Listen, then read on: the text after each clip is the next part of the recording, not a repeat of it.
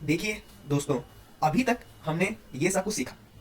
अब हम ये कुछ क्वेश्चन करेंगे और हम देखेंगे कि हम कॉन्सेप्ट का यूज़ इन क्वेश्चन में कैसे कर सकते हैं। तो पहला क्वेश्चन कहता है कि 3m³ + 2m² + 5m + m divide by m is not an integer, means it is some fraction value. क्योंकि इंटीजर पॉजिटिव और नेगेटिव होते हैं, कोई भी फ्रैक्शन वैल्यू इंटीजर नहीं होता है।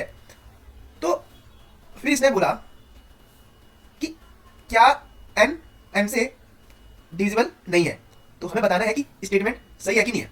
अब देखो, यहां तक तो m पूरा डिवाइड था क्योंकि यहां m है और यहां भी m है, लेकिन n/m पर ये इसको डिवाइड नहीं करता है, तभी ये फ्रैक्शन बनता है। और इसने कहा है कि n m से डिविजिबल नहीं है, तो ये बिल्कुल पहला स्टेटमेंट सही है। क्योंकि अगर n m से डिविजिबल होता तो ये इंटीजर आता दोस्तों, ना कि फ्रैक्शन। क्योंकि यहां तक तो रिमाइंडर 0 है, लेकिन यहां पे ये n से डिवाइड नहीं है, तो इसलिए वैल्यू फ्रैक्शन में आई। ठीक है दोस्तों, ठीक है। अब दूसरा क्वेश्चन या स्टेटमेंट कहता है कि ये चीज 48 से डिविजिबल है, जहां पे m क्या है, होल नंबर। सबसे पहले क्या इसको मैं ऐसे लिख सकता हूं दोस्तों कि नहीं लिख सकता हूं? तो यहां से क्या मैं ऐसे लिख सकता हूं कि नहीं लिख सकता हूं? क्या मैं यहां से ऐसे लिख सकता हूं कि नहीं लिख सकता? जी, लिख सकता हूं।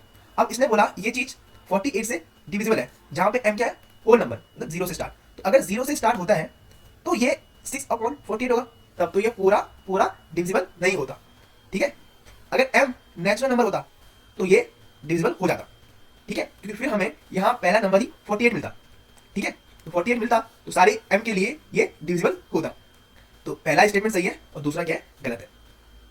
तो आशा करता हूं दोस्तों आपको समझ में आया होगा।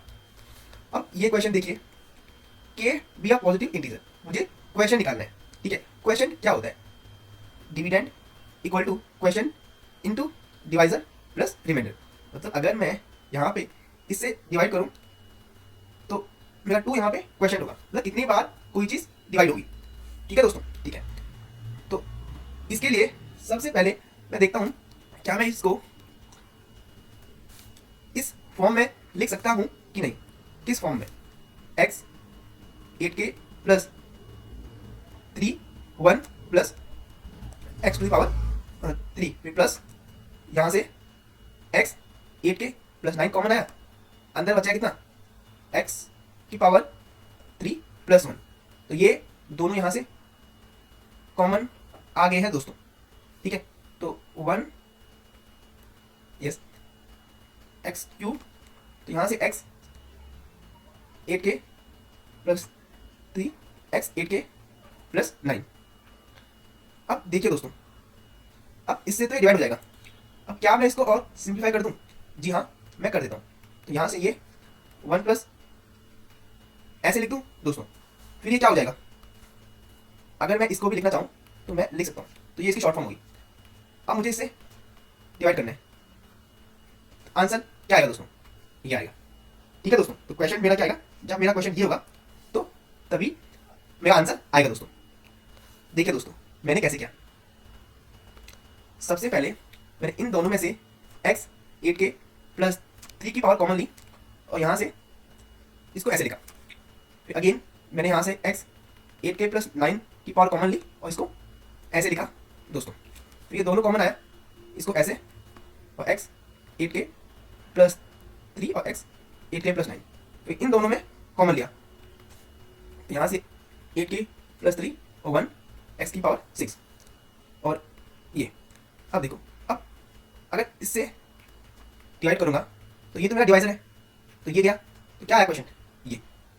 ठीक है दोस्तों, तो आशा करता हूं कि आपको समझ में आया होगा।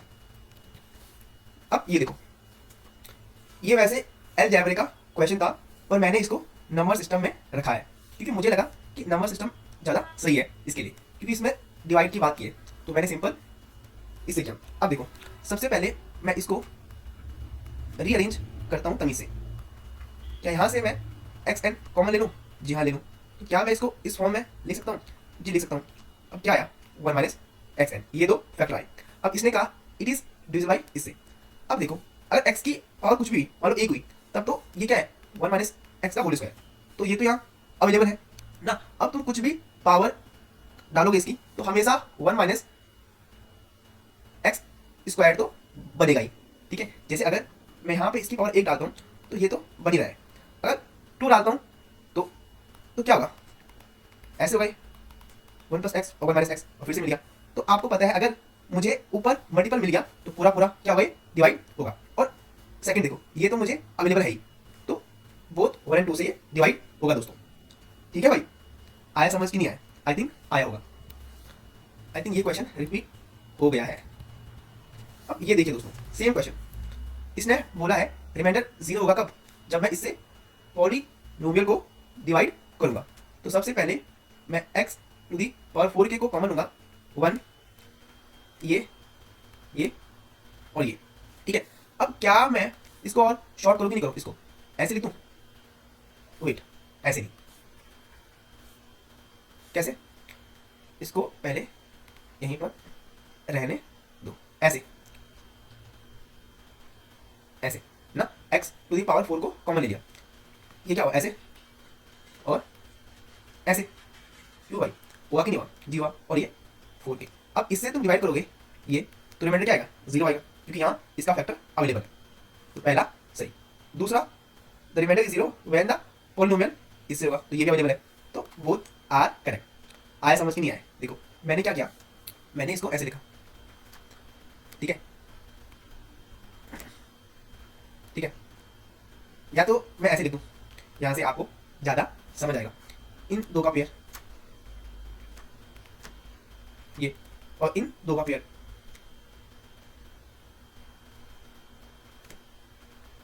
ना। अब देखो यहाँ से ये चीज आ चुकी है कॉमन, क्या कर दिया, 4k 2 सही है,